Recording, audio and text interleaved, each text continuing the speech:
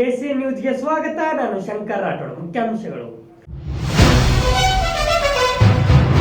ಸಮಾಜ ಸೇವೆಯಿಂದ ರಾಜಕೀಯಕ್ಕೆ ಎಂಟ್ರಿ, ಮಂಜುಳಾ ಈಶ್ವರಪ್ಪ ರೇವಡಿ ಮನದ ಮಾತು. ಇದು ಏಸಿಯನ್ ವೀಕ್ಷಕರಿಗೆ ಮಾತ್ರ.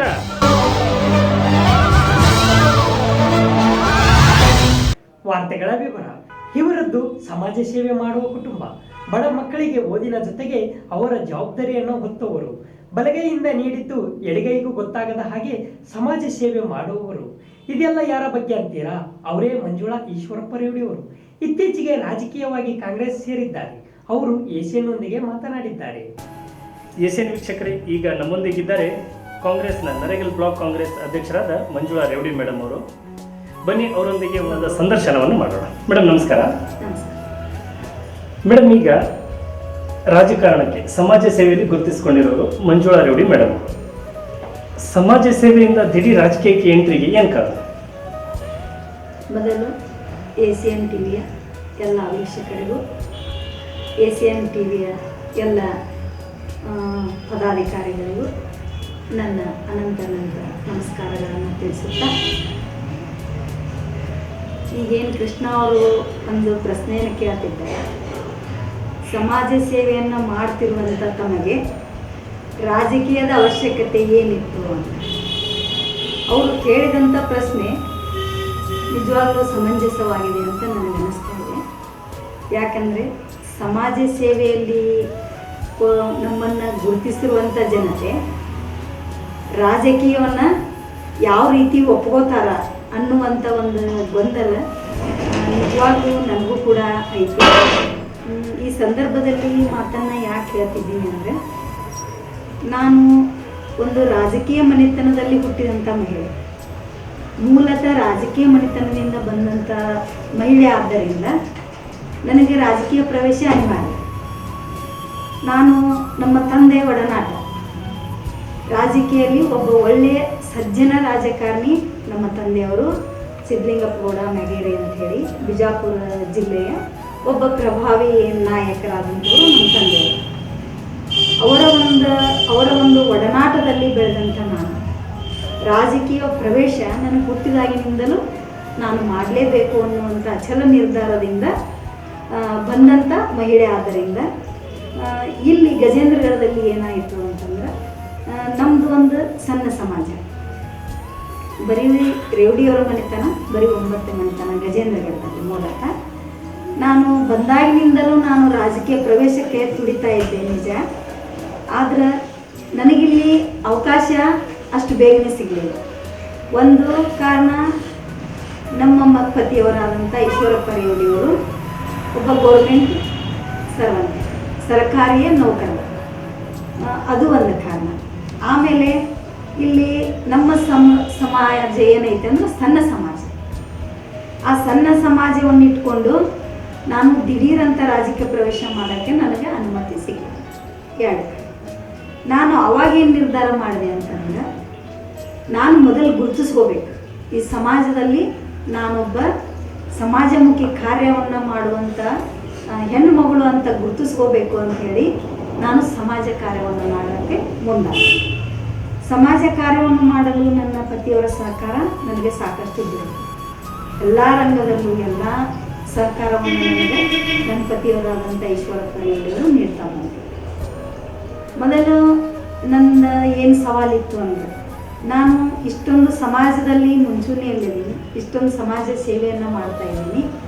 ಆ ಸಮಾಜ ಸೇವೆಯನ್ನು ಮಾಡ್ತಾ ಇರುವಂಥ ನಾನು ಒಬ್ಬ ಕಡೆ ಬಡತನದ ಒಂದು ಪರಿಸ್ಥಿತಿಯನ್ನು ನಾನು ಅರ್ಥ ಮಾಡ್ತೀನಿ. ಈಗ ಅವರ ಪರಿಸ್ಥಿತಿ ಹೆಂಗೈತಿ, ಅವರಿಗೆ ಯಾವ ರೀತಿ ನಾನು ಸೌಲಭ್ಯಗಳನ್ನು ಒದಗಿಸೋಕೆ ನನಗೆ ಸಾಧ್ಯ, ಅದನ್ನು ಅರ್ಥಕೊಂಡ ಮೇಲೆ ಒಂದು ಏನು ರಾಜಕೀಯದಿಂದ ಏನು ಸರ್ಕಾರದಿಂದ ಅನುದಾನಗಳು ಸಿಗ್ತಾವು, ಆ ಎಲ್ಲ ಅನುದಾನಗಳು ಆ ಒಂದು ಬಡತನ ರೇಖೆಯಲ್ಲಿರುವಂಥ ಕುಟುಂಬಕ್ಕೆ ಸಿಗ್ತವೆ. ಆ ಒಂದು ನಿರ್ಧಾರ, ಈಗೇನು ನಾನು ರಾಜಕೀಯ ಸೇರಬೇಕು ಅಂತ ನಿರ್ಧಾರ ಮಾಡಿದ್ದು, ಆ ಒಂದು ಕನಿಕರದಿಂದ ಆ ಬಡತನದ ಕುಟುಂಬವನ್ನು ಬಡತನ ರೇಖೆಯಿಂದ ಮೇಲೆತ್ತಬೇಕು ಅನ್ನುವಂಥ ಒಂದು ದಿಟ್ಟ ನಿರ್ಧಾರದಿಂದ ನಾನು ರಾಜಕೀಯ ಪ್ರವೇಶವನ್ನು ಮಾಡಿದ್ದೆ. ಇದರ ಹೊರತಾಗಿ ನಾನು ರಾಜಕೀಯದಲ್ಲಿ ಒಂದು ಸ್ಥಾನಮಾನಗಳನ್ನು ಪಡ್ಕೋಬೇಕು, ಗಳಿಕೆಯನ್ನು ಮಾಡ್ಕೋಬೇಕು, ಆ ಥರದಂಥ ಯಾವುದೇ ಒಂದು ದುರುದ್ದೇಶ ನನ್ನಲ್ಲಿಲ್ಲ. ಏನು ಸರ್ಕಾರದ ಅನುದಾನಗಳದವು ಆ ಎಲ್ಲ ಅನುದಾನಗಳು ಸಮರ್ಪಕವಾಗಿ ಜನರಿಗೆ ಸಿಗುವಂಥ ಕೆಲಸವನ್ನು ನಾನು ಮಾಡಬೇಕು ಅನ್ನೋ ಒಂದೇ ಒಂದು ಕಾರಣಕ್ಕೆ ನಾನು ರಾಜಕೀಯ ಪ್ರವೇಶವನ್ನು ಮಾಡಿದೆ.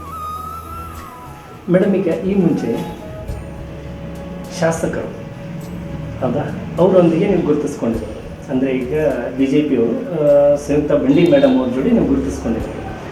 ಇವರು BJPಯಲ್ಲೇ ಮುಂದೆ ಒರಿತಾರೆ ಅಥವಾ BJP ಸೇರ್ತಾರೆ ಅಂತ ಜನರು ಅಂದ್ಕೊಂಡಿದ್ರು, ಯಾಕೆಂದರೆ ಒಡನಾಟ ಹಾಗಿದ್ದಾಗ ಇದು ದಿಢೀರ್ ಅಂಥೇಳಿ ಈ ಕಡೆ ಬಂದಿದ್ದು ಅಥವಾ ಕಾಂಗ್ರೆಸ್ ಸೇರಿದ್ದು ಯಾಕೆ ಅನ್ನೋದು ಒಂದು ಜನರ ಪ್ರಶ್ನೆ. ಒಂದು ಸಮಾಜ ಸೇವೆಯಲ್ಲಿ ನಾನು ಮುಂಚೂಣಿಯಲ್ಲಿದ್ದಾಗ ನನ್ನನ್ನು ಎಲ್ಲ ಮಹಿಳೆಯರು ಕರೆದು ಗುರುತಿಸೋದು ಸಹಜ. ಸಾಕಷ್ಟು ಮಹಿಳೆಯರ ಜೊತೆ ನಾನು ಒಡನಾಟ ಇಟ್ಕೊಂಡಿದ್ದೆ. ಅದರಂತೆ ಶ್ರೀಮತಿ ಸಂಯುಕ್ತಕ್ಕ ಬಂಡಿಯವ್ರ ಜೊತೆನೂ ಕೂಡ ನಾನು ಅದೇ ರೀತಿ ಒಡನಾಟವನ್ನು ಇಟ್ಕೊಂಡಿದ್ದೆ. ಆದರೆ ಅವ್ರ ಜೊತೆ ನಾನು ರಾಜಕೀಯವಾದಂಥ ಯಾವುದೇ ಒಂದು ಕಾರ್ಯಕ್ರಮದಲ್ಲಿ ಪಾಲ್ಗೊಂಡೆ. ಅವರ ನನ್ನ ಒಡನಾಟ, ಅವರ ನನ್ನ ಆತ್ಮೀಯತೆ ಒಂದು ಸಹೋದರಿಯರ ಆತ್ಮೀಯತೆ, ಸಹೋದರಿಯರ ಒಡನೆ ಅಷ್ಟೇ. ಅವರು ಪ್ರತಿಯೊಂದು ಮಹಿಳೆಯರ ಕಾರ್ಯಕ್ರಮಕ್ಕೆ ನನ್ನನ್ನು ಆಹ್ವಾನ ಮಾಡ್ತಾ ಇದ್ರು, ನಾನು ಹೋಗ್ತಾ ಇದ್ದೆ. ಅವರ ಪ್ರತಿಯೊಂದು ಮಹಿಳೆಯರ ಕಾರ್ಯಕ್ರಮದಲ್ಲೂ ನಾನು ಪಾಲ್ಗೊಳ್ತಾ ಇದ್ದೆ. ಅವ್ರ ಜೊತೆ ಕೈ ಜೋಡಿಸಿ ನಾನು ಅವ್ರ ಜೊತೆ ಕೆಲಸವನ್ನು ಮಾಡಿದ್ದೆ. ಆದರೆ ಆ ಒಡನಾಟ ರಾಜಕೀಯವಾದದ್ದಲ್ಲ. ಅಲ್ಲಿ ನನಗೆ ಹೋಗ್ಬೇಕನ್ನೋದಿತ್ತು, ರಾಜಕೀಯ ಸೇರ್ಪಡೆ ಆಗಬೇಕನ್ನುವಂಥ ಒಂದು ಬಯಕೆಯನ್ನು ಕೂಡ ನಾನು ಸಂಯುಕ್ತಕ್ಕವ್ರ ಮುಂದೆ ವ್ಯಕ್ತಪಡಿಸಿದ್ದೆ. ಆದರೆ ಅಲ್ಲಿ ನನಗೆ ಸರಿಯಾದಂಥ ಒಂದು ಸ್ಥಾನಮಾನಗಳು ಏನು ಅವರು ಯಾಕೆ ಕೊಡಲಿಲ್ಲ ಅಂತ ನನಗೆ ಗೊತ್ತಿಲ್ಲ. ರಾಜಕೀಯ ಪ್ರೇರಿತವಾಗಿ ನಾನು ಅವ್ರ ಮುಂದೆ ವ್ಯಕ್ತಪಡಿಸಿದಾಗ ಅದರಿಂದ ನನಗೆ ಸ್ವಲ್ಪ ಇದು ಅನ್ನಿಸ್ತು, ಕೊಡಲಿಲ್ಲ ಯಾಕೋ ಏನೋ ಅಂತ ಕೊಡಲಿಲ್ಲ. ಆದರೆ ನಾನು ಅವ್ರ ಜೊತೆ ರಾಜಕೀಯವಾಗಿ ನಾನು ಗುರುತಿಸ್ಕೊಂಡೆ. ಅಧಿಕೃತವಾಗಿ ನಾನು ರಾಜಕೀಯ ಗುರುತಿಸ್ಕೊಂಡಿದ್ದು ಕಾಂಗ್ರೆಸ್ ಪಕ್ಷ. ಅವರ ನನ್ನ ಒಡನಾಟ ಬರೀ ಸಹೋದರಿಯ ಒಡನಾಟ ಅಷ್ಟೇ. ಅವರು ನಾನು ಸಾಕಷ್ಟು ಗೌರವಿಸ್ತೀನಿ. ಅವ್ರ ಜೊತೆ ನಾನು ಆತ್ಮೀಯ ಒಂದು ಬಾಂಧವ್ಯವನ್ನು ಕೂಡ ನಾನು ಹೊಂದಿದ್ದೀನಿ. ಆತ್ಮೀಯತೆ ಸದಾಕಾಲ ಅವರು ನನ್ನ ಜೊತೆ ಇರ್ತಾರೆ, ನಾನು ಅವ್ರ ಜೊತೆ ಇರ್ತೀನಿ. ಅದಕ್ಕೂ ರಾಜಕೀಯಕ್ಕೂ ಯಾವುದೇ ಸಂಬಂಧ ಇಲ್ಲ. ಈಗ ಇನ್ನೊಂದು ಪ್ರಶ್ನೆ ಅಂತಂದರೆ, ಈಗ ನೀವು ಕಾಂಗ್ರೆಸ್ಸಿಗಂತೂ ಬಂದಿದ್ದೀರಿ. ಈಗ ಸರ್ವೇ ಸಾಮಾನ್ಯವಾಗಿ ಎಲ್ಲ ಪಕ್ಷದಲ್ಲಿರುವಂತೆ ಇದು ಪಕ್ಷ ಇದೆ. ಅಂದರೆ ಈಗ ಮೂಲ ಕಾಂಗ್ರೆಸ್ಸಿಗರು, ಆ ನಂತರ ವಲಸಿಗ ಕಾಂಗ್ರೆಸ್ಸಿಗರು ಅಂತ. ಈಗ ನೀವು ಇಲ್ಲಿ ಬಂದಿದ್ದೀರಿ, ಇಲ್ಲಿ ಮೂಲ ಕಾಂಗ್ರೆಸ್ಸಿಗರು ಮತ್ತು ಇರುವಂಥದ್ದು ವಲಸಿಗ ಕಾಂಗ್ರೆಸ್ ಅನ್ನೋದು ಏನಾದರೂ ಭಾವನೆ ಇದೆಯಾ ಕಾಂಗ್ರೆಸ್ಸಲ್ಲಿ? ಆ ಥರ ಒಂದು ಭಾವನೆಗಳು ನನಗೇನು ಕಂಡಿಲ್ಲ. ಈ ಕಾಂಗ್ರೆಸ್ ಪಕ್ಷದಲ್ಲಿ ಒಂದು ಒಗ್ಗಟ್ಟಿನ ಪಕ್ಷ. ಅದರಲ್ಲಿ ಸನ್ಮಾನ್ಯ GS ಪಾಟೀಲ್ ಅವರ ನೇತೃತ್ವ ಹೆಂಗೈತಿ, ಯಾವ ರೀತಿ ಐತಿ, ನಾನು ಅವರಿಂದ ಮುಂಚೆಯಿಂದ ಬರೀ ಜನರ ಬಾಯಿಂದ ಕೇಳ್ತಾ ಇದ್ದೆ ಅವ್ರ ಬಗ್ಗೆ. ಈಗ ನಾನು ಆ ಪಕ್ಷಕ್ಕೆ ಹೋದ್ಮೇಲೆ ಅವರ ಒಂದು ನಡವಳಿಕೆ ಯಾವ ರೀತಿ ಐತಿ ಅಂತಂದ್ರೆ, ಅಲ್ಲಿ ಹೋದ್ಮೇಲೆ ಮೂಲ ಕಾಂಗ್ರೆಸ್ಸಿಗರು ವಲಸೆ ಕಾಂಗ್ರೆಸ್ಸಿಗರು ಅನ್ನುವಂಥ ತಾರತಮ್ಯ ಆ ಪಕ್ಷದಲ್ಲಿ GS ಪಾಟೀಲ್ ಸಾಹೇಬ್ರ ಹತ್ರ ಆ ಒಂದು ತಾರತಮ್ಯದ ಭಾವನೆ ಇಲ್ಲ. ಅವರು ಎಲ್ಲರನ್ನೂ ತಮ್ಮ ಮನೆ ಮಕ್ಕಳಂತೆ ಕಾಣುವಂಥ ಒಂದು ತಾಯಿಯ ಹೃದಯ GS ಪಾಟೀಲ್ ಅವರ ಹತ್ರ ನಾನು ಕಂಡುಕೊಂಡಿದ್ದೀನಿ. ನಾನು ಹೋಗಿದ್ದರಿಂದ ಆ ಭಾವನೆ ಯಾರಲ್ಲೂ ಕೂಡ ನಾನು ಗಮನಿಸಿಲ್ಲ. ಯಾಕಂದರೆ ಅಷ್ಟೊಂದು ಆತ್ಮೀಯತೆಯನ್ನು ನನಗೆ ಆ ಪಕ್ಷ ತೋರಿಸಿದೆ. ಅಷ್ಟೊಂದು ಗೌರವ ಆಧಾರಗಳನ್ನು ನನಗೆ ಅವ್ರು ಕೊಟ್ಟರು. ಅಷ್ಟೇ ಆತ್ಮೀಯತೆಯಿಂದ ನನ್ನ ಪಕ್ಷಕ್ಕೆ ಬರಮಾಡಿಕೊಂಡು ಒಂದು ಜವಾಬ್ದಾರಿಯುತವಾದಂಥ ಸ್ಥಾನವನ್ನು ನನಗೆ ಕೊಟ್ಟಾರೆ. ಅಷ್ಟು ಬಿಟ್ಟರೆ ನನಗೆ ಅಂಥ ಏನ ಭಾವನೆಗಳು ಯಾರಲ್ಲಿ ಕಾಣ್ತಾರೆ.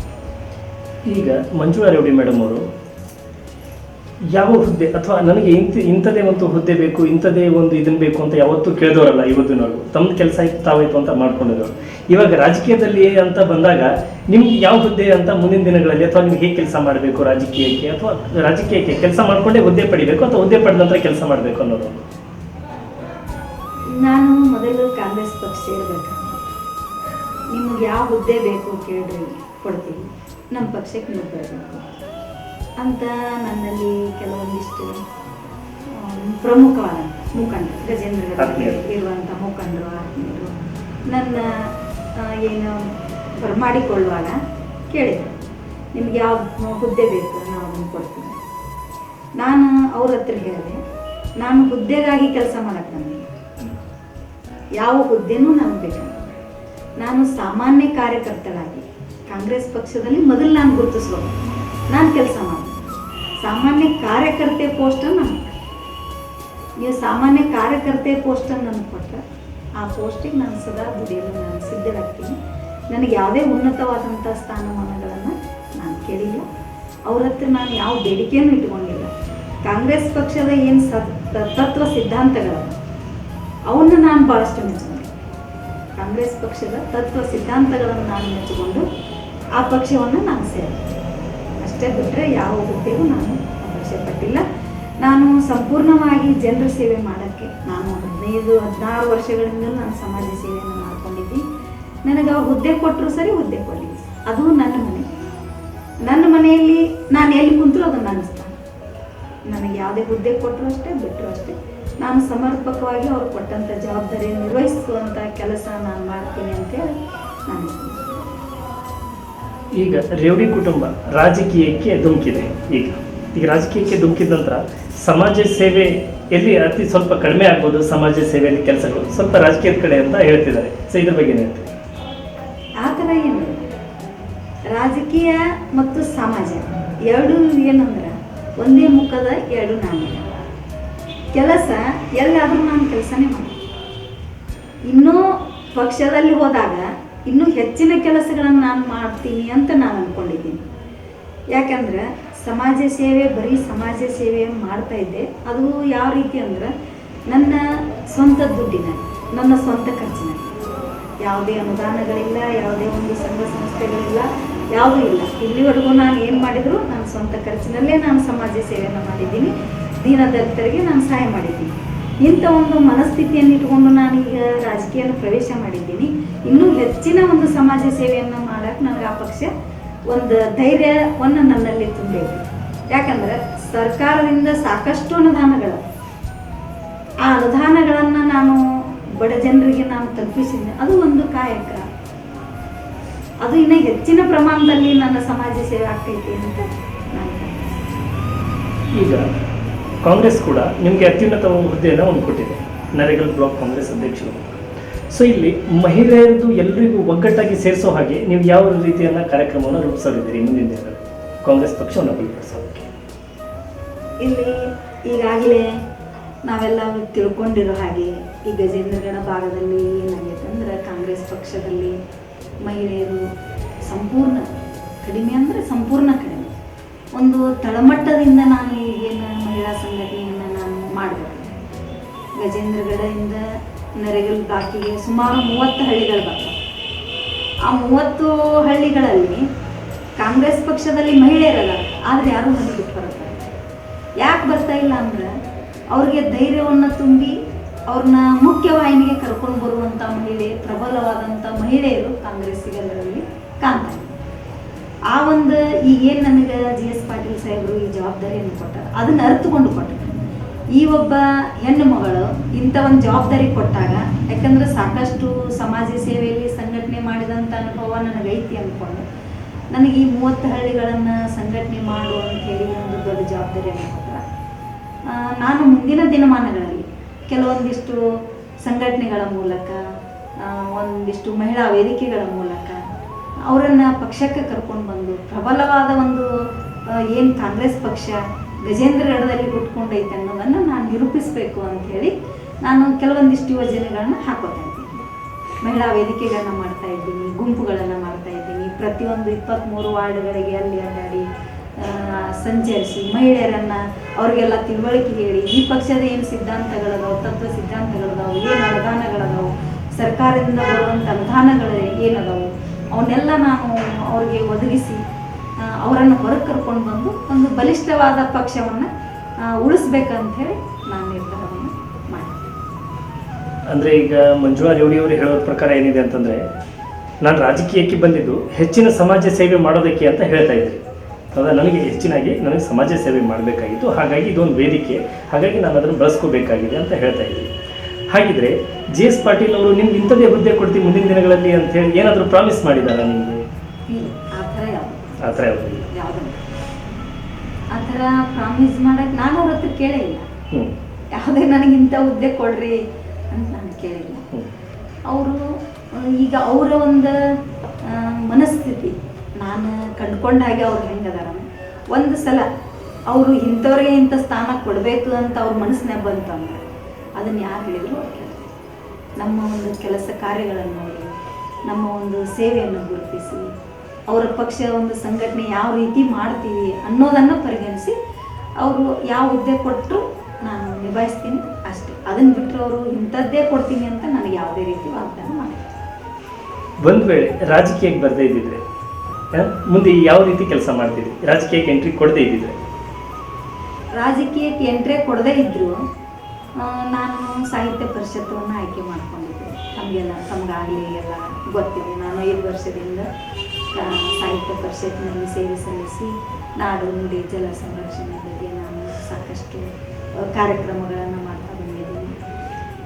ರಾಜಕೀಯ ಪ್ರವೇಶ ಇದು ನನ್ನದೊಂದು ಗುರಿ. ಈ ಗುರಿಯನ್ನು ನಾನು ಮುಟ್ಟಲೇಬೇಕು, ನಾನು ಸೇರಲೇಬೇಕು ರಾಜಕೀಯ. ನಾನು ಅದನ್ನು ಆ ಗುರಿಯನ್ನು ಏನು ಇಟ್ಕೊಂಡಿದ್ದೆ ಅದನ್ನು ನಾನು ಮುಟ್ಟಲೇಬೇಕು ಅಂತೇಳಿ ನನ್ನೊಂದು ಬಯಕೆ ಇತ್ತು. ಒಂದು ವೇಳೆ ಅದಕ್ಕೆ ಅಡ್ಡಿಯಾದರೂ ಕೂಡ ನಾನು ನಿರಂತರವಾಗಿ ಸಮಾಜ ಸೇವೆಯನ್ನು ಮಾಡ್ತಾನೆ ಇದ್ದೆ. ಕೆಲವೊಂದಿಷ್ಟು ವೃದ್ಧಾಶ್ರಮಗಳನ್ನು, ಅನಾಥಾಶ್ರಮಗಳನ್ನು, ಗೋಶಾಲೆಗಳನ್ನು ಪ್ರಾರಂಭಿಸಿ ನನ್ನ 1-2 NGO ಸಿದ್ಧಗಿರಿಜಾ ನಗರ ಮತ್ತು ಗ್ರಾಮೀಣ ಅಂತೇಳಿ ಒಂದು NGO ಐತಿ. ರೇವಣಸಿದ್ದೇಶ್ವರ ಒಂದು ಟ್ರಸ್ಟ್ ಐತಿ. ಆ ಟ್ರಸ್ಟ್ಗಳ ಮುಖಾಂತರ ಸಾಕಷ್ಟು ಜನಪರವಾದಂಥ ಕೆಲಸಗಳನ್ನು ನಾನು ಹಮ್ಮಿಕೊಂಡು ಸದಾ ನಾನು ಜನರಿಗಾಗಿ ದುಡಿಬೇಕು ಅನ್ನುವಂಥ ಅಚಲವಾದ ನಿರ್ಧಾರ ನನ್ನಲ್ಲಿ ಐತಿ. ಅದು ನನಗೆ ಪಕ್ಷ ಯಾವುದೇ ಹುದ್ದೆ ಕೊಟ್ಟರು ನಾನು ಮಾಡ್ತೀನಿ, ಯಾವುದೇ ಹುದ್ದೆ ಕೊಡದೇ ಇದ್ದರೂ ನಾನು ಮಾಡ್ತೀನಿ. ನನ್ನದೇ ಆದಂಥ ಏನು ನಿಲುವೈತಿ ನಾನು ಅದರಲ್ಲಿ ಬದಲಾವಣೆ ಅಂತ ಇದೆ. ಈಗ ಈಶ್ವರಪ್ಪ ರೇವಡಿ ಸರ್ ಅವರು ಕರ್ನಾಟಕಕ್ಕೆ ಮನೆ ಮಾತಾಗಿದ್ದಾರೆ. ನಮ್ಮ ಜಿಲ್ಲೆಗೆ ಸೀಮಿತ ಇಲ್ಲ, ಅವರು ರಾಜ್ಯಕ್ಕೆ ಅಂತ ಕೊಡುಗೆಯನ್ನು ಕೊಟ್ಟಿದ್ದಾರೆ. ಸಾಹಿತ್ಯ ಪರಿಷತ್ತನ್ನು ಮುಗಿಲೆತ್ತರಕ್ಕೆ ಬೆಳೆಸಿದ್ದಾರೆ. ಅದೇ ರೀತಿ ನೀವು ಕೂಡ ಸಮಾಜ ಸೇವೆ ಮಾಡ್ತಾ ಸಮಾಜ ಸೇವೆ ಅನ್ನೋದು ಹೇಗಿರಬೇಕು ಅನ್ನೋದು ಜನಸಾಮಾನ್ಯರಿಗೆ ಕಲಿಸ್ಕೊಟ್ಟಿದ್ದೀರಿ. ಹಾಗೆ ಕೂಡ ಮುಂದಿನ ದಿನಗಳಲ್ಲಿ ಕೂಡ ಇವರು ಕೂಡ ಮಾದರಿ ರಾಜಕಾರಣಿ ಆಗ್ತಾರೆ ಅಂತ ಜನ ಹೇಳ್ತಾ ಇದ್ದಾರೆ. ಅದ್ರ ಬಗ್ಗೆ ಏನು ಹೇಳ್ತೀವಿ? ಸರ್ ಅಂದ್ರೆ ಜನರು ಹೇಳ್ತಾ ಇದ್ದಾರೆ. ಅಂದ್ರೆ ಸರ್ ಕೂಡ ತುಂಬಾ ಇದಕ್ಕೆ ಹೋದ್ರು, ಎತ್ತರ ಮಟ್ಟಕ್ಕೆ ಹೋದ್ರು, ಸಾಹಿತ್ಯ ಪರಿಷತ್ತನ್ನ ತುಂಬಾ ಬೆಳೆಸಿದ್ರು, ಅದರಿಂದ ಅವರು ಬೆಳೆದ್ರು. ಆಮೇಲೆ ನೀವು ಕೂಡ ಸಮಾಜ ಸೇವೆನ ಒಂದು ರೀತಿ ನಾವು ಏನು ಚಾಲೆಂಜ್ ಆಗಿ ತಗೊಂಡು ಸಮಾಜ ಸೇವೆ ಹೆಂಗಿರಬೇಕು ಅನ್ನೋದನ್ನು ಹೇಳ್ಕೊಟ್ರು. ಅಂದ್ರೆ ರೇವಡಿ ಕುಟುಂಬ ಯಾವತ್ತು ಬಲಗೈಯಿಂದ ಕೊಟ್ಟಿದ್ದು ಎಡಗೈಗೂ ಕೂಡ ಗೊತ್ತಾಗಬಾರ್ದು, ಆ ರೀತಿ ಸಮಾಜ ಸೇವೆಯನ್ನ ಮಾಡಿದ್ರಿ. ಹಾಗೆ ರಾಜಕೀಯವನ್ನ ಒಂದು ಬೇರೆ ಲೆವೆಲ್ಗೆ ಕರ್ಕೊಂಡು ಹೋಗ್ತಾರೆ ಅಂತ ಒಂದು ಜನಸಾಮಾನ್ಯರು ಮಾತಾಡ್ಕೊತಾ ಇದ್ದಾರೆ. ಅದ್ರ ಬಗ್ಗೆ ಏನಾಗ್ತದೆ? ಜನಸಾಮಾನ್ಯರ ಅವರ ವಿಚಾರಧಾರೆಗಳನ್ನ ಹೇಳ್ಕೊತಿದ್ದಾರೆ. ಆದರೆ ನಾವು ಪಕ್ಷದಲ್ಲಿ ಹೋದಾಗ ನಮಗಲ್ಲಿ ಸ್ವತಂತ್ರವಾಗಿ ಈಗ ಇಲ್ಲಿವರೆಗೂ ನಾವು ಏನು ಕೆಲಸ ಕಾರ್ಯಗಳನ್ನ ಮಾಡಿದ್ವಿ ಸ್ವತಂತ್ರವಾಗಿ, ನಮಗೆ ಯಾವುದೇ ಕಟ್ಟಪ್ಪಣೆ ಇಲ್ಲ, ಯಾವುದೇ ಒಂದು ಚೌಕಟ್ಟಿಲ್ಲ, ನಿಬಂಧನೆಗಳು ಯಾವುದೇ ಇಲ್ಲ. ನಾವು ಇಬ್ಬರು ಸತಿಪತಿಗಳು ಇಬ್ಬರು ಏನು ಮಾಡಿದ್ರೆ ಸ್ವತಂತ್ರವಾಗಿ ಸಮಾಜ ಸೇವೆಯನ್ನು ಮಾಡ್ತಾ ಹೋಗಿದ್ವಿ. ಈಗ ಪಕ್ಷದಲ್ಲಿ ಹೋದ್ಮೇಲೆ ನಾನಲ್ಲಿ ಸ್ವತಂತ್ರವಾಗಿ ಬೆಳಕಾಗುತ್ತೆ. ಯಾಕೆಂದ್ರೆ ಅದರದೇ ಆದಂಥ ಒಂದು ರಾಜಕೀಯದ ಒಂದು ಚೌಕಟ್ಟು ಅನ್ನೋದೈತಿ, ಒಂದು ನಿಬಂಧನೆಗಳದಾವು, ಅವನ ಮೀರಿ ನಾವು ಹೋಗ್ಬೇಕಾಗುತ್ತೆ. ಅದ್ರ ಜೊತೆಯಲ್ಲೇ ನಾವು ಹೋಗ್ಬೇಕಾಗತ್ತೆ.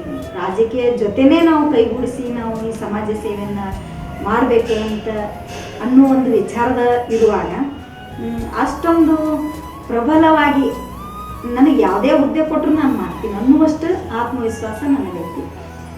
ನಂದು ಒಂದು ಏನು ಗುರಿ ಅಂತಂದ್ರೆ, ನಾನು ರಾಜಕೀಯಕ್ಕೆ ಹೋಗಿದ್ದು ಏನಪ್ಪ, ನಿಜವಾಗ್ಲೂ ಬದಲಾವಣೆ ಬೇಕು. ಇವತ್ತಿನ ದಿನಮಾನಗಳಲ್ಲಿ ಏನು ಬೇಕಂದ್ರೆ ಎಲ್ಲರೂ ರಾಜಕೀಯ ಮಾಡ್ತಾರೆ, ನಾವು ರಾಜಕೀಯ ಮಾಡ್ತೀವಿ ಅಂದಾಗ ಏನಾಗುತ್ತೆ 10ರಲ್ಲಿ 11 ಆ ರಾಜಕೀಯವನ್ನು ನಾನು ಮಾಡ್ತೀನಿ. ನಾನು ನಿಜವಾಗ್ಲೂ ಜನರ ಆಸೆ ಏನಂದ್ರೆ ಬದಲಾವಣೆ ಬಯಸಕ್ಕೆ. ಆ ಬದಲಾವಣೆಯನ್ನು ನಾನು ರಾಜಕೀಯದಲ್ಲಿ ತರ್ತೀನಿ. ಹೆಂಗೆ ತರ್ತೀನಿ ಅಂತಂದ್ರೆ, ಇವತ್ತು ಗ್ರಾಮ ಪಂಚಾಯತಿ ಇರ್ಬೋದು, ಜಿಲ್ಲಾ ಪಂಚಾಯತಿ ಇರ್ಬೋದು, ತಾಲೂಕು ಪಂಚಾಯತಿ ಇರ್ಬೋದು, ಎಲ್ಲ ಒಂದು ಪಂಚಾಯತಿಗಳಲ್ಲಿ ನಾನು ನೋಡಕತ್ತೀನಿ ಸಾಕಷ್ಟು ಅನುದಾನಗಳು ಸರ್ಕಾರ. ಆದರೆ ಅನುದಾನಗಳು ಯಾಕೆ ಬಡವರಿಗೆ ಮುಟ್ತಾ ಇಲ್ಲ? ಬಡವರು ಯಾಕೆ ಬಡವರಾಗಿ ಉಳಿದಾರೆ? ಶ್ರೀಮಂತರು ಯಾಕೆ ಶ್ರೀಮಂತರಾಗಿ ಹೋಗ್ತಾ ಇದ್ದಾರೆ? ಯಾಕೆ ಅವ್ರ ಅಧ್ಯಕ್ಷರು ಆಗಲಿ, ಉಪಾಧ್ಯಕ್ಷರಾಗಲಿ, ಒಬ್ಬ ಕಾರ್ಯಕರ್ತ ಯಾಕೆ ಅದನ್ನು ಸಮರ್ಪಕವಾಗಿ ತಮ್ಮ ಕೆಲಸಗಳನ್ನ ಮಾಡ್ತಾ ಇಲ್ಲ? ಆ ಒಂದು ಬೇಸರ ನನ್ನಲ್ಲಿ. ಆ ಒಂದು ಉದ್ದೇಶವನ್ನು ಇಟ್ಟುಕೊಂಡು ಅದರಲ್ಲಿ ಸಾಕಷ್ಟು ಸುಧಾರಣೆಗಳನ್ನು ತರಬೇಕು. ನಾನು ಮುಂದಿನ ದಿನಮಾನಗಳಲ್ಲಿ ನನಗೆ ಅಂಥ ಒಂದು ಯಾವುದೇ ಹುದ್ದೆ ನನಗೆ GS ಪಾಟೀಲ್ ಅವರು ಕೊಟ್ಟರು ಅಂತಂದ್ರೆ, ಈ ಒಂದು ಜನರ ಆಶೀರ್ವಾದ ನನ್ನ ಮೇಲೆ ಇತ್ತು, ನಾನು ಮುಂಚೂಣಿಯಲ್ಲಿ ಬಂದೆ ಅಂತಂದ್ರೆ, ನಾನು 100ಕ್ಕೆ 100 ಸಮಾಜದಲ್ಲಿ ರಾಜಕೀಯದಲ್ಲಿ ನಾನು ಬದಲಾವಣೆಯನ್ನು ತಂದೆ ತರ್ತೀನಿ ಅಂತ ನಾನು ಈ ಸಂದರ್ಭದಲ್ಲಿ ಜ್ಞಾಪಿಸ್ತೇನೆ. ಈಗ ನೀವು BJPಯೊಂದಿಗೆ ಗುರುತಿಸ್ಕೊಂಡಿರೋದು, ಆಮೇಲೆ ಸಡನ್ ಆಗಿ ಕಾಂಗ್ರೆಸ್ಸಿಗೆ ಬಂದಾಗ ನಿಮ್ಮ ಹಿತೈಷಿಗಳು ಅಥವಾ ನಿಮ್ಮೊಂದಿಗಿದ್ದವರು, ನಿಮ್ಮ ಆತ್ಮೀಯರು, ನಿಮ್ಮ ಕುಟುಂಬದವರು ಈ ರೀತಿ ಬರಬೇಡ, ಅಲ್ಲಿ ತುಂಬ ಕನೆಕ್ಟಿವಿಟಿ ಚೆನ್ನಾಗಿದೆ ಅಥವಾ ಅಲ್ಲೇ ಇದ್ರೆ ಒಳಿತು, ಇಲ್ಲಿ ಯಾಕೆ ಬರ್ತಾ ಇದ್ರಿ ಅಂತ ಏನಾದರೂ ಸಜೆಷನ್ ಕೊಟ್ಟಿದ್ದೇನಾದರೂ ಇದೆಯಾ? ಆ ಥರ ಯಾವುದು ನನಗೆ ಸಜೆಷನ್ ಕೊಟ್ಟಿಲ್ಲ. ಆಮೇಲೆ ನಾನು ಒಂದು ಸ್ಪಷ್ಟಪಡಿಸ್ತಾ ಇದ್ದೀನಿ, BJPಯಲ್ಲಿ ನಾನು ರಾಜಕೀಯವಾಗಿ ನಾನು ಗುರುತಿಸ್ಕೊಂಡಿದ್ದೀನಿ. ಒಂದು ಇವತ್ತೆಲ್ಲರೂ ಅರ್ಥ ಮಾಡ್ಕೋಬೇಕು ಅದಂಥ ವಿಷಯ ಇದೆ. BJPಯಲ್ಲಿ ನಾನು ಗುರುತಿಸ್ಕೊಂಡು ಅಲ್ಲಿನ ಒಂದು ಯಾವುದೇ ರಾಜಕೀಯ ಚಟುವಟಿಕೆಯಲ್ಲಿ ನಾನು ಭಾಗವಹಿಸಿಲ್ಲ.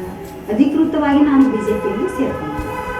ನಾನು ಸೇರ್ಕೊಂಡಿದ್ದೇನೆಂದ್ರೆ ಸಂಯುಕ್ತ ಅಕ್ಕ ಅವರು ಒಂದು ಅಕ್ಕ ಮಹಾದೇವಿ ಅಂತ ಮಹಿಳಾ ಮಂಡಳವನ್ನು ಮಾಡಿದ್ದರು. ಆ ಮಹಿಳಾ ಮಂಡಳದಲ್ಲಿ ನಾನು ಸದಸ್ಯೆಯಾಗಿ ಸೇರಿಕೊಂಡೆ. ಅವರ ಒಂದು ಮಹಿಳಾ ಮಂಡಳಿಯಲ್ಲಿ ನಾನು ಸದಸ್ಯರಾಗಿ ಸೇರಿಕೊಂಡು ಅವರ ಜೊತೆ ನನ್ನ ಆತ್ಮೀಯತೆ ಚೆನ್ನಾಗಿ, ಒಂದು ಆತ್ಮೀಯತೆ ಬಾಂಧವ್ಯವನ್ನು ನಾನು ಸಂಯುಕ್ತ ಅಕ್ಕನವ್ರ ಜೊತೆ ಇಟ್ಕೊಂಡಿದ್ದೀನಿ. ಮತ್ತು ರಾಜಕೀಯವಾಗಿ ನಾನು ಎಲ್ಲಿ ಗುರುತಿಸ್ಕೊಂಡಿಲ್ಲ.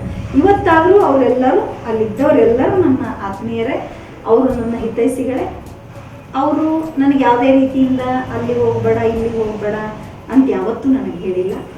ಆಮೇಲೆ ಇಲ್ಲಿ ಕಾಂಗ್ರೆಸ್ಸಿಗರಾದರೂ ನನ್ನನ್ನು ಬರಮಾಡಿಕೋಬೇಕಾದ್ರೆ ನೀವು ಯಾಕೆ ಬರ್ತೀರಿ, ಅಲ್ಲಿದ್ದವರು ಇಲ್ಲಿದ್ದವರು ಯಾವತ್ತೂ ನನಗೆ ಆ ಪ್ರಶ್ನೆ ಕೇಳಿಲ್ಲ. ಅವರು ಕೂಡ ನನ್ನನ್ನು ಅಷ್ಟೇ ಆತ್ಮೀಯತೆಯಿಂದ ಸಂತೋಷದಿಂದ ಬರಮಾಡ್ಕೊಂಡ್ರೆ ಅದು ನನಗೆ ಬಹಳಷ್ಟು ಖುಷಿ ಅನಿಸೈತಿ. ಆಮೇಲೆ ಈ ಆತ್ಮೀಯತೆ ಏನದ ನನಗೆ ಸಂಯುಕ್ತ ಅಕ್ಕರ ಜೊತೆ ಅಷ್ಟೇ ನನ್ನ ಆತ್ಮೀಯತೆ. ನಾನು BJP ಜೊತೆ ಎಲ್ಲಿ ಆತ್ಮೀಯತೆಯನ್ನು ಇಟ್ಕೊಂಡಿಲ್ಲ. ಆ ಪಕ್ಷದ ಜೊತೆ ನಾನು ಯಾವುದೇ ರೀತಿಯಿಂದ ಒಂದು ಚಟುವಟಿಕೆಯನ್ನು ನಾನು ಮಾಡಿಲ್ಲ ಅಂಥೇಳಿ ನಾನು ಈ ಸಂದರ್ಭದಲ್ಲಿ ನಾನು ಸ್ಪಷ್ಟಪಡಿಸ್ತೀನಿ. ಈಗ ಕುಟುಂಬದಾಯಿತು, ರಾಜಕೀಯದ್ದಾಯಿತು, ಸಮಾಜ ಸೇವೆದಾಯಿತು, ಕೊನೆಯದಾಗಿ ವೀಕ್ಷಕರಿಗೆ ನಿಮ್ಮ ಕಡೆಯಿಂದ ಏನು ಹೇಳೋದಕ್ಕೆ ಇಷ್ಟಪಡ್ತೀವಿ? ವೀಕ್ಷಕರಲ್ಲಿ ನನ್ನದೊಂದು ಮನವಿ, ನಾನು ಇಲ್ಲಿವರೆಗೂ ನನ್ನನ್ನು ತಾವು ಯಾವ ರೀತಿ ನೋಡಿದ್ದೀವಿ, ಒಬ್ಬ ಸಾಮಾಜಿಕ ಮಹಿಳೆಯಾಗಿ, ಸಮಾಜ ಸೇವೆಯನ್ನು ಮಾಡುವಂಥ ಮಹಿಳೆಯಾಗಿ, ನಿಮ್ಮ ಮನೆಯ ಸಹೋದರಿಯಾಗಿ ನನಗೆ ಆಶೀರ್ವಾದ ಮಾಡಿದ್ದೀನಿ.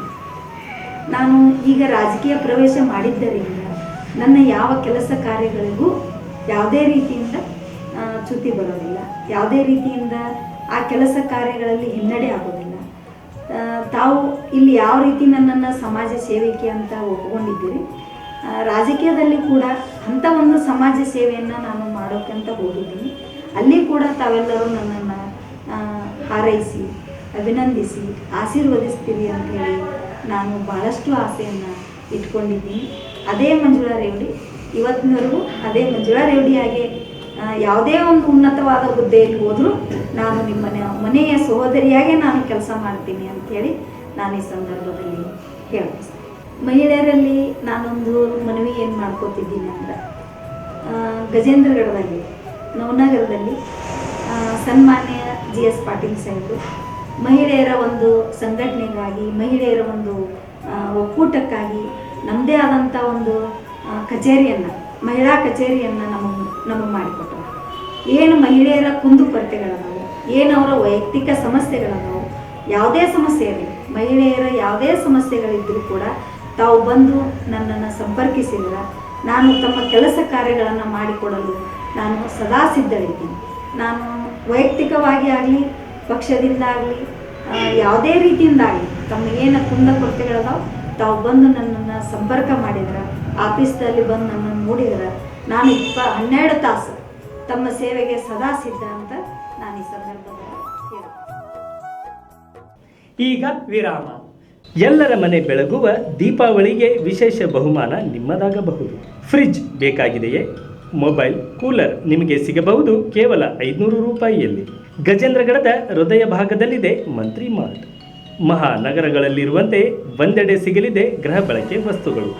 ಮಹಿಳೆಯರು, ಪುರುಷರು, ಮಕ್ಕಳು ಸೇರಿದಂತೆ ಎಲ್ಲರಿಗೂ ಬೇಕಾಗುವ ಎಲ್ಲ ತರಹದ ವಸ್ತುಗಳು ಲಭ್ಯ. ದೇಶ ವಿದೇಶದಿಂದ ಮನಸೆಳೆಯುವ ಚಾಕ್ಲೇಟ್, ಮಹಿಳೆಯರಿಗೆ ಬೇಕಾಗುವ ಸೌಂದರ್ಯ ವರ್ಧಕಗಳು ಇಲ್ಲಿವೆ. ಕಿರಾಣಿ ಸಾಮಾನುಗಳು ಯೋಗ್ಯ ದರದಲ್ಲಿ ಸಿಗಲಿದೆ. ಪ್ರತಿ 500 ರೂಪಾಯಿ ಖರೀದಿಯಲ್ಲಿ ಸಿಗಲಿದೆ ಒಂದು ವಿಶೇಷ ಕೂಪನ್. ಅಕ್ಟೋಬರ್ 26ರಿಂದಲೇ ಕೂಪನ್ ನೀಡಲಾಗುತ್ತಿದೆ. ಇದು ನವೆಂಬರ್ 5ರವರೆಗೂ ಇರಲಿದೆ. ನವೆಂಬರ್ 8ರಂದು ಆಯ್ಕೆ ನಡೆಯಲಿದೆ. ಈ ವೇಳೆ ಅದೃಷ್ಟ ಖುಲಾಯಿಸಲಿದೆ. ಅಷ್ಟೇ ಅಲ್ಲ, 25 ಸಮಾಧಾನಕರ ಬಹುಮಾನ ಕೂಡ ಇದೆ.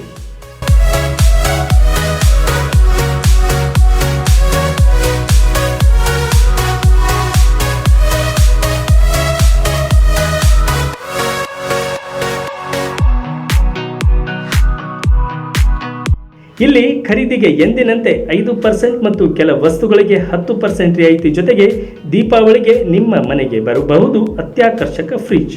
ಹಿಂದೆ ಭೇಟಿ ನೀಡಿ ಈ ಅದೃಷ್ಟ ನಿಮ್ಮದಾಗಿಸಿಕೊಳ್ಳಿ.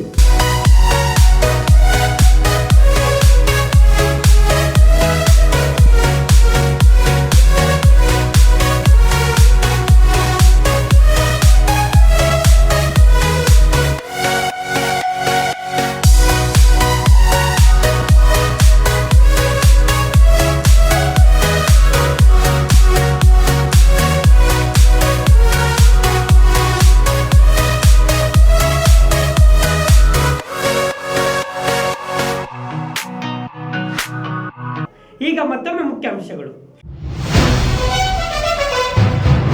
ಸಮಾಜ ಸೇವೆಯಿಂದ ರಾಜಕೀಯಕ್ಕೆ ಎಂಟ್ರಿ. ಮಂಜುಳಾ ಈಶ್ವರಪ್ಪ ರೇವಡಿ ಮನದ ಮಾತು, ಇದು ಏಸಿಯನ್ ವೀಕ್ಷಕರಿಗೆ ಮಾತ್ರ.